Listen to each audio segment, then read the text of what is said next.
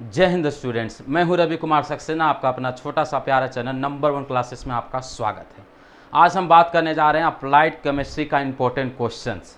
ध्यान दीजिएगा मेरे प्रिय छात्रों, जिस तरह से लगातार हम आपको इंपॉर्टेंट क्वेश्चन देते आ रहे हैं, सो इंपॉर्टेंट क्वेश्चन के सीरीज़ में एक और जो है एक सब्जेक्ट के हम इंपॉर्टेंट क्वेश्चन की बात करेंगे जिसका नाम है अप्लाइड केमिस्ट्री। सो छात्रों से निवेदन करेंगे कि इस वीडियो को ज़्यादा से ज़्यादा शेयर किया जाए ताकि सभी स्टूडेंट को इसका लाभ मिल सके, ताकि जो है कोई भी स्टूडेंट जो है अप्लाइड केमिस्ट्री में फेल ना हो जाए।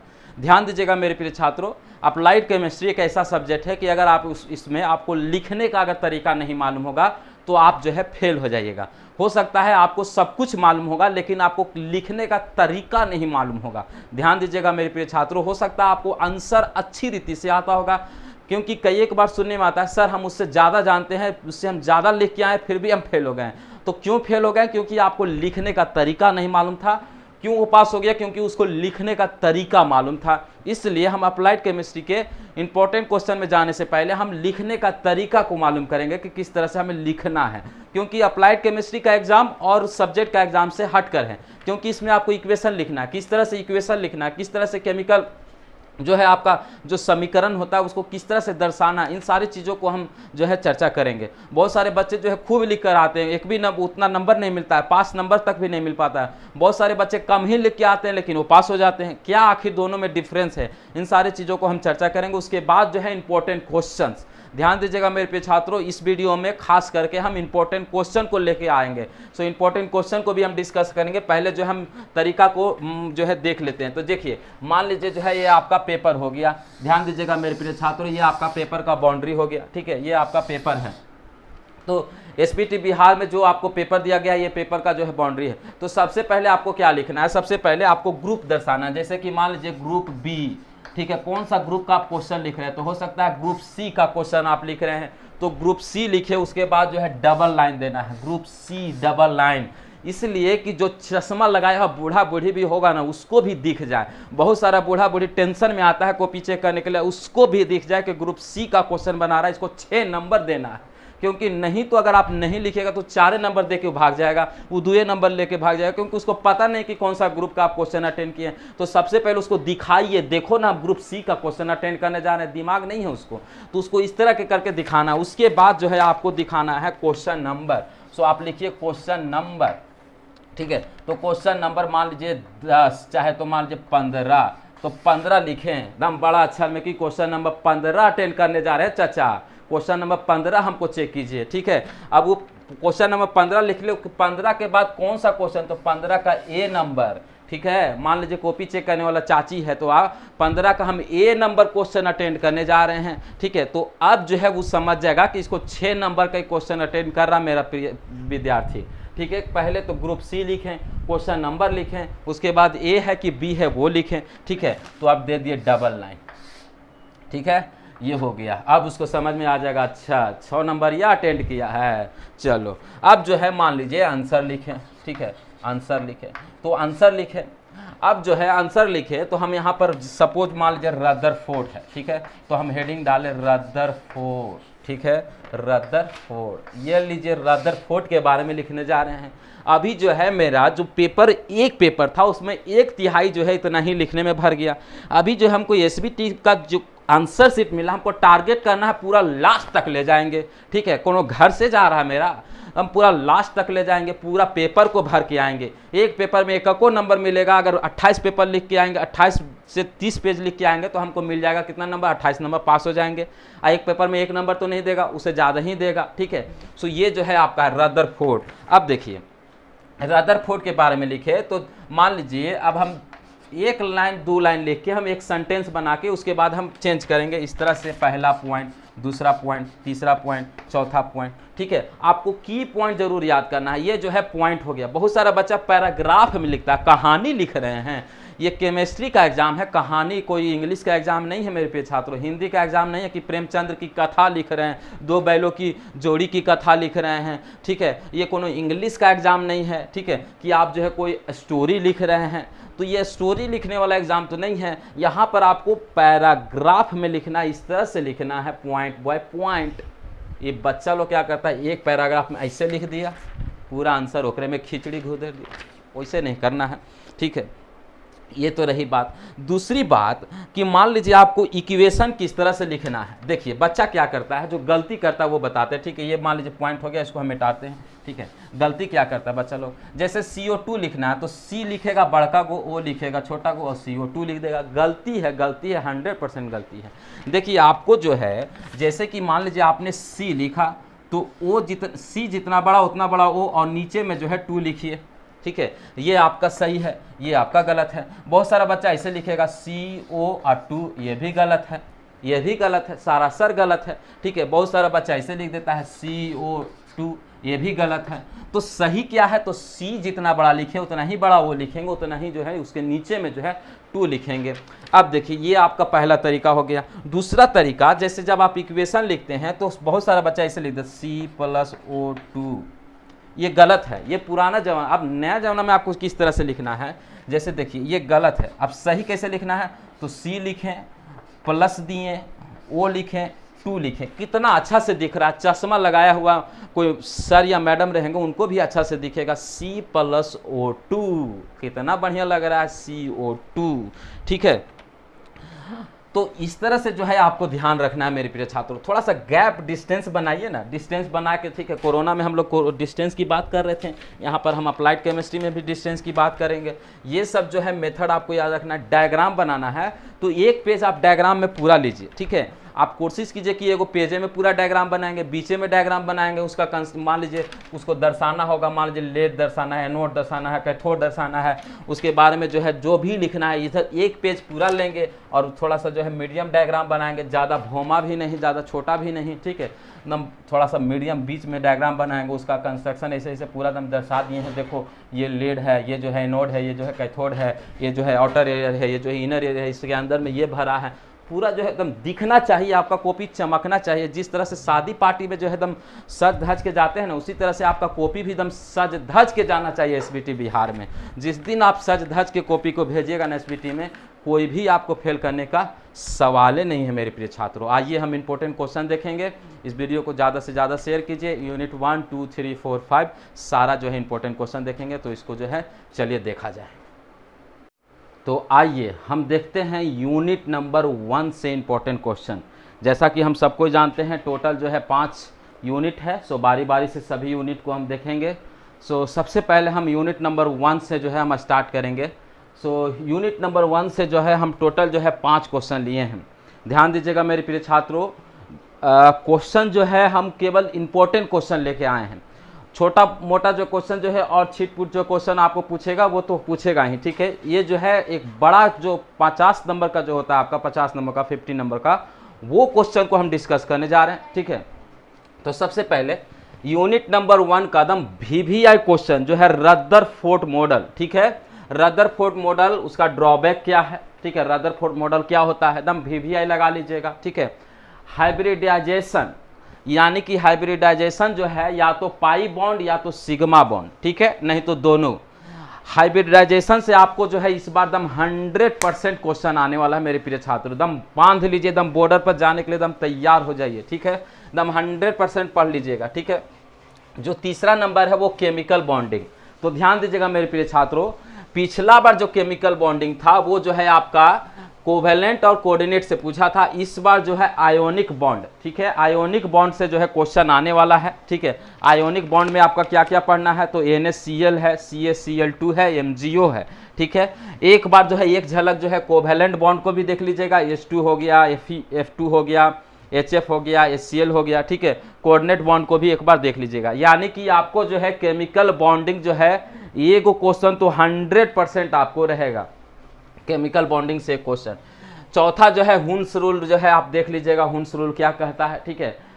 सो 5वां नंबर क्वेश्चन है बोर्स मॉडल ऑफ आइटम, ठीक है। ये पिछला बार जो पूछा था, ठीक है, इस बार इसका कम चांस है लेकिन फिर भी जो है आप देख लीजिएगा, ठीक है। बोर्स मॉडल ऑफ आइटम इस बार जो है कम चांस है लेकिन फिर भी जो है एक झलक आपको जरूर से जरूर देखना है मेरे प्रिय छात्रों। पहला यूनिट में जो है टोटल हम 5 क्वेश्चन जा रहे हैं।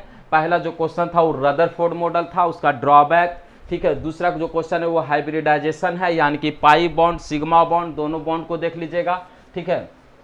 उसके बाद केमिकल बॉन्डिंग में सबसे पहले ज़्यादा जोर देना है आयोनिक बॉन्ड पर। इस बार जो है ज़्यादा चांस बन रहा है कोवैलेंट बॉन्ड भी देख लेना है, कोऑर्डिनेट बॉन्ड भी देखना है। चौथा जो क्वेश्चन है वो हुंस रूल आपको देख लेना है, और पांचवा नंबर जो क्वेश्चन है बोर्स मॉडल ऑफ आइटम, ठीक है, इसका लिमिटेशन।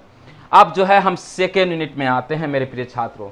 सेकेंड यूनिट का दम पहला जो है वेरी वेरी इंपॉर्टेंट क्वेश्चन, दम 100%, ठीक है, दम VVI, दम लगा लीजिएगा, दम VVI water softening technique. Water softening technique में पिछला बार जो है EDTA पूछा था, इस बार जो है लाइम सोडा पूछेगा। ध्यान दीजिएगा मेरे प्रिय छात्रों, फिर से हम चिल्ला चिल्ला के बोलेंगे ताकि आपका फ्यूचर बर्बाद ना हो जाए, आप केमिस्ट्री में फेल ना हो जाए। पिछला बार 90% रिजल्ट आया था, इस बार 100% रिजल्ट लाना है।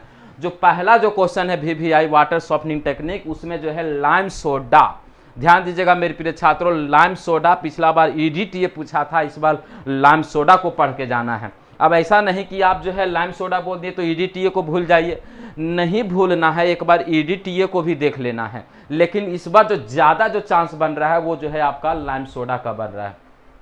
उसके बाद जो है वाटर क्या होता है, what is water, what are the source of water, what are the types of water, soft water क्या होता है, हार्ड वाटर क्या होता है, डिग्री ऑफ हार्डनेस क्या होता है। ये जो है सेकेंड क्वेश्चन हो गया। तीसरा जो क्वेश्चन है आपका BOD और COD, ठीक है, बायोलॉजिकल ऑक्सीजन डिमांड, ठीक है, केमिकल ऑक्सीजन डिमांड, इसका जो है प्रॉब्लम्स, ठीक है। ध्यान दीजिएगा मेरे प्रिय छात्रों, ये एक प्रॉब्लम तो रहना ही रहना है, BOD और COD का प्रॉब्लम देख लीजिएगा। वाटर हार्डनेस का प्रॉब्लम पिछला बार भी पूछा था, इस बार भी पूछेगा वाटर हार्डनेस का प्रॉब्लम, ठीक है। सो वाटर हार्डनेस का प्रॉब्लम देख लीजिएगा। टोटल जो है मात्र 4 क्वेश्चन दिए हैं। अब क्या चाहिए मेरे प्रिय छात्रों, बोलिए अब क्या चाहिए। यहाँ पर तो आपको मात्र 4 क्वेश्चन दिया जा रहा है, 100% गारंटी दिया जा रहा है, 100% रिजल्ट की उम्मीद लगाया जा रहा है, तो बस आपको पढ़ना है। फिर से हम सेकेंड यूनिट में बता दें, पहला जो क्वेश्चन है वाटर सॉफ्टनिंग टेक्निक है, उसमें लाइम सोडा इंपॉर्टेंट क्वेश्चन है। दूसरा जो है EDTA पिछला बार आया था, इस बार कम संभावना है, फिर भी हम देखेंगे। जो दूसरा क्वेश्चन है water, what are the source of water, what are the types of water, soft water क्या होता है, हार्ड वाटर क्या होता है, डिग्री ऑफ हार्डनेस क्या होता है। तीसरा यूनिट में हम आते हैं। तीसरा यूनिट का दम पहला दम VVI क्वेश्चन, फिर से जो है VVI में आ जाइए, दम पहला जो है दम VVI कर लीजिएगा, दम पहला 100% आयरन इस बार पूछने जा रहा है। ध्यान दीजिएगा मेरे प्रिय छात्रों, आयरन जो है पूछने जा रहा है, दम ऑनलाइन जो है दम नेट पर दम वीडियो रहेगा, 100% जो है गारंटी है, फेल होने की कोई संभावना नहीं है। आयरन जो है इस बार पूछेगा। आयरन में आपको क्या किया, तो ओर्स आपको उसका याद रखना है, उसका इक्वेशन याद रखना है, उसका रोस्टिंग किस तरह से किया जाता है, स्मेल्टिंग किस तरह से किया जाता है, ब्लास्ट फर्नेस का डायग्राम, उसका इक्वेशन, उसका सब कुछ जो है आपको याद करना है, ठीक है। आयरन पर जो है इस बार ज़्यादा ध्यान देना है, क्योंकि पिछला बार जो है कॉपर और एल्यूमिनियम पूछा था, तो इस बार जो है अगर कॉपर एल्युमिनियम नहीं पूछेगा, अगर पूछेगा तो उसका प्रॉपर्टीज पूछेगा मेरे प्रिय छात्रों। तो जो है आपका जो है एक्सट्रैक्शन में 3 होता है, सबसे ज़्यादा जोर देना है आयरन पर, उसके बाद थोड़ा सा कॉपर को भी देख लेना है, उसके बाद एल्युमिनियम को भी देख लेना है। यानी कि मेन जो इंपॉर्टेंट क्वेश्चन 100% जो गारंटी लगा हुआ है वो आयरन का है, ठीक है। आयरन में आपका ओर्स हो गया, उसका इक्वेशन क्या होगा, रोस्टिंग क्या है, स्मेल्टिंग क्या है, ब्लास्ट फर्नेस क्या है, उसका डायग्राम क्या है, इक्वेशन, सारा चीज जो है आपको देख लेना, धुआं धुआं उड़ा देना, गर्दा गर्दा उड़ा देना है, ठीक है। सेकेंड नंबर क्वेश्चन पिछला बार नहीं आया था, इस बार जो है आने की संभावना है। पिछला बार नहीं आया था, इस बार आने की संभावना है। थर्मोप्लास्टिक एंड थर्मोसेटिंग प्लास्टिक, ठीक है। थर्मोप्लास्टिक एंड थर्मोसेटिंग प्लास्टिक एक बार जरूर से जरूर देख लेना है। एलॉय देख लेना है, एलॉय का प्रॉपर्टीज देख लेना है, एलॉय का एप्लीकेशन देख लेना है।